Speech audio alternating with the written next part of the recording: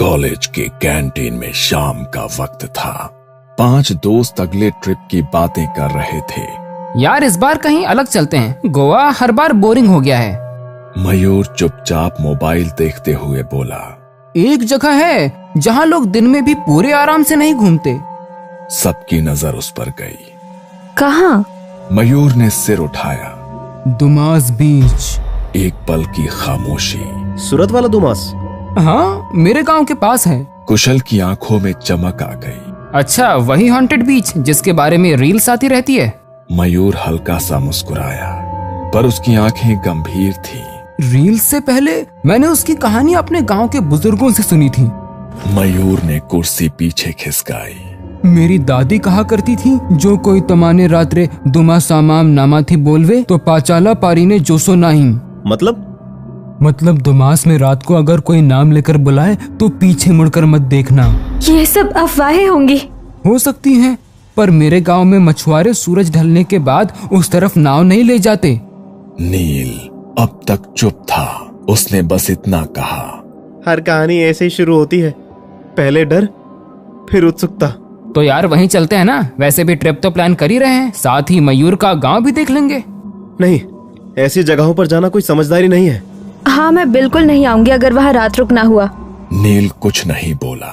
उसके चेहरे पर ना हाँ थी ना ही ना। मेरे गांव के घर में रुक सकते हैं, वहाँ से बीच कुछ 2 घंटे है, बस देखने चले जाएंगे। एग्जैक्टली, बस देखने। सिर्फ दिन में, शाम होने से पहले वहाँ से निकल आएंगे। हाँ, कोई एडवेंचर नहीं। सबने हामी भरी। शुक्रवार सुबह की ट्रेन की सीटें, हंसी मजाक, चाय और फोन। शाम होते होते वो मयूर के गांव पहुंच गए। गांव शांत था, हवा में मिट्टी की गंध थी। सभी फ्रेश होकर बाहर आए। तभी कुशल बोला, चलो अभी चलते हैं दुमास। नहीं, हमने तय किया था दिन में। रात को जाने का कोई सवाल ही नहीं है। मयूर ने भी सिर हिला दिया। कुशल निराश हुआ पर मान गया। अगली दोपहर उन्होंने ऑटो पकड़ी और 2 घंटे बाद दुमास बीच पहुंच गए। बीच लोगों से भरा हुआ था। लोग पानी में खेल रहे थे तो कहीं बच्चे बीच पर खेल रहे थे। कुछ बच्चे गुब्बारे लेकर दौड़ रहे थे। भाई, यहाँ तो कार्निवल चल रहा है। तभी रिया ने जमीन की तरफ देखा। रेत इतनी काली क्यों है?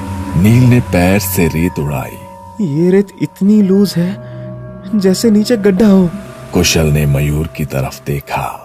भाई सच बता, बीच पर इतनी काली मिट्टी कैसे? मयूर ने समुद्र की तरफ देखा। लोग कहते हैं यहाँ सैकड़ों सालों तक शमशान था। अहीनो इतिहासा अंधकर्मयाचे। सब चुप। राख मिट्टी में मिल गई। कुछ लोग ये भी कहते हैं कई अधजली लाशें यहीं दफन की जाती थीं। काली रेत पर लहरें जोर से टकराई। सफेद झाग और भी डरावना लग रहा था।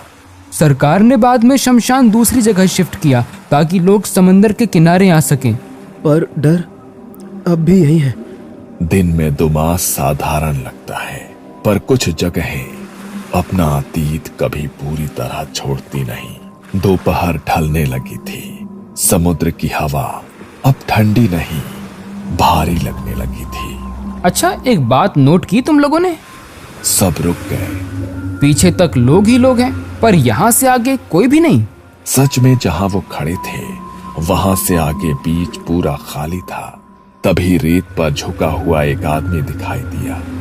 फटी शर्ट, हाथ में बोरी, प्लास्टिक की बोतलें उठाता हुआ धीरे धीरे उनकी तरफ आ रहा था। मयूर, इसी से पूछते हैं। वो आदमी पास आया।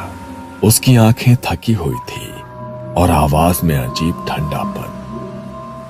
भाई, हावे अही में कोई के में નથી આવતું। ઘાની બડી જાગે છે અને પાણી स्वच्छ છે। कराना कहे भागे छे। सबने उसकी तरफ देखा। ज्याम मरता दे होने दफाना ववमम अव्याहता। हवा जैसे रुक गई। आ स्मशान ग्रह नोए भाग छे ज्या फक्त राख ज नथी पण मृतदेहो पण माटी मां भली जाए छे। रिया का चेहरा सफेद पड़ गया। नील ने बिना बोले कदम पीछे खींच लिया। आ रेती नीचे घणा लोको सुई रहा छे, तेथी ज लोको અહીં આવે છે। इतना कहकर वो आदमी आगे बढ़ गया। आरव ने चुपचाप अपनी खाली बोतल उसके हाथ में पकड़ा दी। कुछ पल तक कोई कुछ नहीं बोला। तभी कुशल की नजर दूर गई। वो देखो। दूर रेत के पार एक पुरानी सी छत दिखाई दे रही थी, जैसे कभी कोई इमारत रही हो। चल वहां चलते हैं। नहीं, और आगे नहीं। शाम होने वाली है, अंधेरा हुआ तो यहाँ से निकलना मुश्किल होगा। कुशल ने घड़ी देखी। अरे अभी 4 ही तो बजे हैं, 1 घंटे में वापस आ जाएंगे। 6 से पहले बाहर निकल जाएंगे। और पीछे लोग भी दिख रहे हैं। रिया, मैं बचपन से इसके बारे में सुनता तो आया हूँ, लेकिन आज पहली बार आया हूँ। वो रुक कर बोला, प्लीज थोड़ी देर के लिए चलते हैं ना। हवा जोर से चली, लहरें ज्यादा तेज लगने लगी। जैसे जैसे वो आगे बढ़ते गए, पीछे का शोर धीरे धीरे गायब होता गया। रिया की चाल धीमी हो गई। मैं आगे नहीं आऊंगी। सब रुक गए। मुझे ठीक नहीं लग रहा, मैं पीछे जाकर तुम्हारा इंतजार करती हूँ। तुम लोग जाकर आओ। आरव ने उसकी तरफ देखा और बिना कुछ कहे उसके साथ रुक गया। मैं भी रिया के साथ वापस जा रहा हूँ। हम तुम लोगों का इंतजार करते हैं। नील, कुशल और मयूर तीनों आगे बढ़ गए। थोड़ी ही देर में वो उस जगह पहुंच गए। वो घर नहीं था, बस उसका ढांचा था। गिरी हुई दीवारें, टूटी छत, चारों तरफ मलबा। नील ने पीछे देखा। दूर दूर तक कोई इंसान नहीं, न बच्चे, न चाट वाले, न आवाजें। यार, पीछे पूरा बीच खाली दिख रहा है। कुशल हंस पड़ा। अरे डरपोक, अभी सूरज ढला भी नहीं है। मयूर ने पुरानी सी जंग लगी नेम प्लेट के पास खड़े होकर फोटो खींचना शुरू कर दिया। उस पर लिखा था, दुमास बीच, शमशान भूमि अधिकृत क्षेत्र। नील, अगर जाना है तो जा, हम आते हैं थोड़ी देर में। नील ने एक बार समुंदर की तरफ देखा। मैं रिया और आरव के पास जा रहा हूँ, तुम लोग भी जल्दी वापस आओ। वो पीछे मुड़ा और तेज कदमों से वापस चल पड़ा। कुछ दूर जाकर नील ने आवाज लगाई, रिया, आरव। उधर मयूर और कुशल जूते उतार चुके थे। चल आजा, पानी में चलते हैं। सारे दोस्त अब 3 अलग अलग दिशाओं में थे। बीच के बाहर नील, रिया और आरव तीनों चुपचाप खड़े थे। शाम ढलने लगी थी। सूरज लाल होकर समुद्र में उतर रहा था और एक एक करके सारे लोग बीच से बाहर निकलने लगे थे। चाट वाले अपने ठेले समेट रहे थे। ऑटो वाले आवाज लगा रहे थे, चलो चलो, आखिरी ऑटो। पर मयूर और कुशल अब तक नहीं आए थे। नील बार बार पीछे देख रहा था। यार, अब काफी देर हो गई है, सब लोग निकल चुके हैं। आरव ने भी मोबाइल देखा। 6 बजे हैं, इन्होंने कहा था 6 बजे से पहले निकलेंगे। नील ने आरव की तरफ देखा। चल भाई, अंदर जाकर देख लेते हैं। रिया ने तुरंत दोनों को रोक लिया। नहीं, अभी नहीं, शायद आ ही रहे हो। हम यही इंतजार करते हैं, प्लीज तुम अंदर मत जाओ। नील और आरव रुक गए। तीनों के बीच एक अजीब सी बेचैनी थी। ऐसी बेचैनी जिसमें कोई वजह समझ नहीं आती, बस डर लगता है। वहां मयूर और कुशल को पानी में वक्त का एहसास ही नहीं हुआ। जब दोनों बाहर आए तो आसमान का रंग बदल चुका था। हल्का अंधेरा उतरने लगा था। कुशल ने कपड़े पहने और चारों तरफ देखने लगा। अरे इतनी जल्दी शाम हो गई। मयूर ने भी इधर उधर देखा। यार, रास्ता किधर है? दोनों ने अंदाजे से चलना शुरू किया, पर जितना चलते गए उतना ही बीच खत्म होने का नाम ही नहीं ले रहा था। रेत, हवा और अंधेरा, बस यही था। धीरे धीरे पूरा अंधेरा छा गया। दोनों ने मोबाइल की टॉर्च ऑन की। गीले कपड़ों में ठंडी हवा लगने लगी। दांत बजने लगे। चारों तरफ बस समुंदर की आवाज और अंधेरा। नील, रिया, आरव। कोई जवाब नहीं। मयूर ने नील को फोन लगाया और कुशल ने आरव को।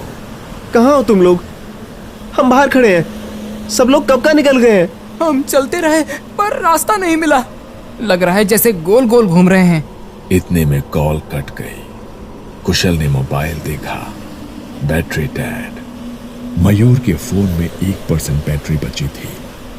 दोनों थक कर वहीं रुक गए और एक दूसरे का हाथ पकड़ लिया। तभी हवा के बीच एक आवाज आई, कुशल। बहुत प्यारी, बहुत मुलायम आवाज।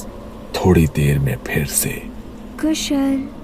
कभी समुंदर की तरफ से, कभी पीछे से, कभी सामने से।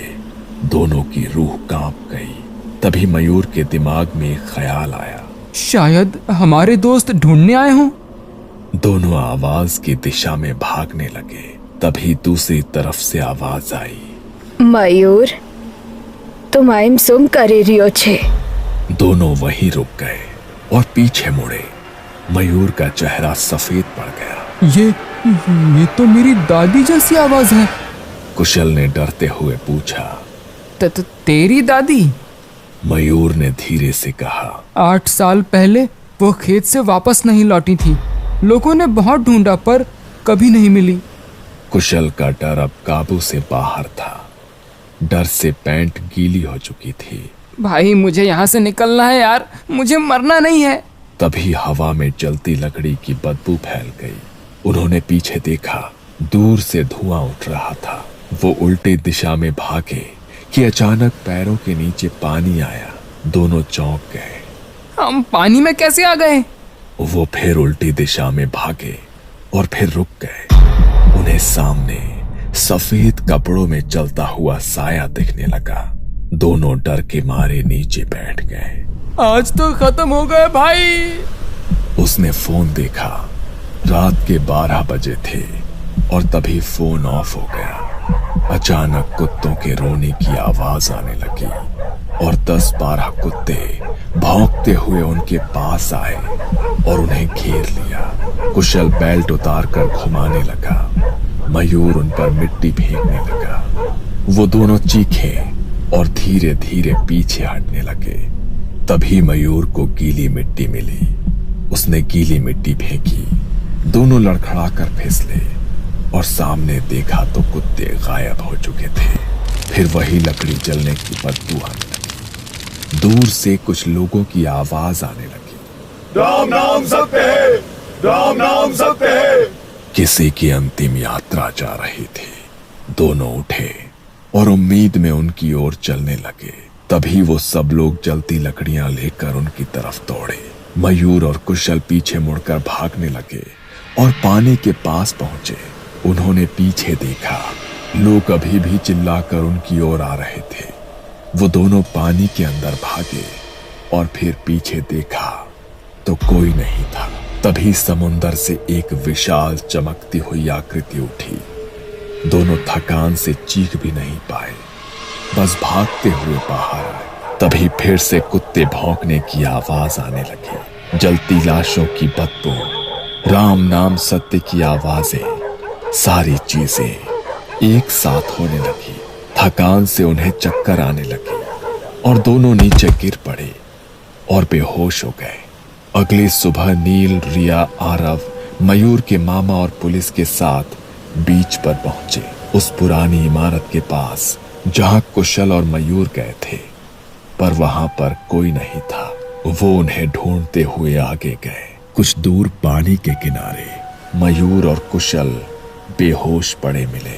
उनके कपड़े गीले थे, शरीर पर रेत चिपकी थी। उन्होंने दोनों को उठाकर घर लाया। उन्हें दोपहर में होश आया, तब उन्हें तेज बुखार था। मयूर के मामा शाम को डॉक्टर को ले आए और उन्हें दवाइयां दी। रात को जब बुखार उतरा तो उन्होंने डर डर कर कल रात की पूरी कहानी सुनाई। रात में अभी भी शमशान है। मयूर आज भी जलती लकड़ी की बदबू से नींद में चिल्ला उठता है।